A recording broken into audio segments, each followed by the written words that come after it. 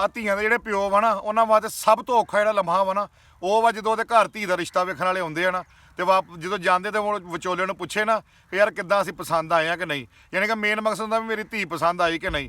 ਹਾਲਾਂਕਿ ਇਹ ਮਰ ਕੇ ਗੱਲ ਕਹੀ ਜਾਂਦੀ ਹੈ, ਵਿਚਾਰੇ ਮਜਬੂਰ ਲੇਕਿਨ ਪੁੱਛਣਾ ਪੈਂਦਾ। ਲੇਕਿਨ ਸਾਡੇ ਹਿਸਾਬ ਇੱਥੇ ਉਲਟ ਹੋ ਗਿਆ। ਸਾਡੇ ਇਹ ਹਿਸਾਬ ਹੋਇਆ ਕਿ ਜਿਨ੍ਹਾਂ ਨੂੰ ਊਂਠਾਂ 'ਚੋਂ ਭੇਡ ਨਹੀਂ ਨਾ ਪਛਾਣਨੀ ਆਉਂਦੀ ਉਹ ਰਿਸ਼ਤਾ ਜਦੋਂ ਵੇਖਣ ਨਾਲ ਆਏ ਹੁੰਦੇ ਇੱਕ ਅੱਧਾ ਇੱਦਾਂ ਦਾ ਉਹ ਵੇਖ ਹੋ ਕੇ ਬਾਕੀ ਤਾਂ ਸਾਰੀਆਂ ਗੱਲਾਂ ਠੀਕ ਆ।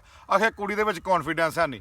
ਬੰਦਾ ਪੁੱਛੇ ਵੀ ਕੁੜੀ ਤੁਹਾਨੂੰ ਤਕਰੀਰ ਕਰਕੇ ਦਿਖਾਵੇ। ਜਿਹੜੀਆਂ ਇੱਜ਼ਤਦਾਰ ਧੀਆਂ ਜਦੋਂ ਉਹਨਾਂ ਨੂੰ ਪਤਾ ਲੱਗ ਜਾਵੇ ਸਾਡਾ ਰਿਸ਼ਤਾ ਵੇਖਣ ਵਾਲੇ ਉਹਨਾਂ ਦੀ ਤਾਂ ਰੋਟੀ ਛੁੱਟ ਜਾਂਦੀ ਹੈ। ਅਕਸਰ ਤੁਸੀਂ ਵੇਖਿਆ ਹੋਣਾ ਜਦੋਂ ਨਿਕਾਹ ਹੁੰਦਾ ਹੋਵੇ ਨਾ ਤੇ ਕੁੜੀਆਂ ਕੋਲੋਂ ਸਹਿਣ ਨਹੀਂ ਕਿਉਂ ਕੀਤੇ ਜਾਂਦੇ, ਸਖਤਾ ਤਾਰੀ ਹੋ ਜਾਂਦਾ। ਇਹ ਕਿਤੇ ਸੌਖੀ ਗੱਲ ਆ ਮਾਪਿਆਂ ਦਾ ਘਰ ਛੱਡ ਕੇ ਕਿਤੇ ਅੱਗੇ ਜਾਣਾ, ਫਿਰ ਅੱਗੇ ਜਾ ਕੇ ਖਰੇ ਬੰਦੇ ਕਿੱਦਾਂ ਦੇ ਟੱਕਰਨੇ ਆ ਜੀ ਜਿਹੜਾ ਨਾਲ ਦਾ ਉਹ ਖਰੇ ਚੰਗਾ ਟੱਕਰਨਾ ਕਿ ਮੰਦਾ ਟੱਕਰਨਾ। ਸਾਡੇ ਉਹ ਕਿੰਨਾ ਕਹਿੰਦੇ ਹੁੰਦੇ ਆ ਅੱਗੇ ਨਹੀਂ ਸੀ ਆਖੇ ਮਾਨ ਤੋਂ ਟੱਪ ਚੜੀ ਸਮਾਨ। ਸਾਡੇ ਮਾਸ਼ਰੇ ਵਿੱਚ ਨਵੀਂ ਫਵਾਹ ਫੈਲ ਗਈ ਆ।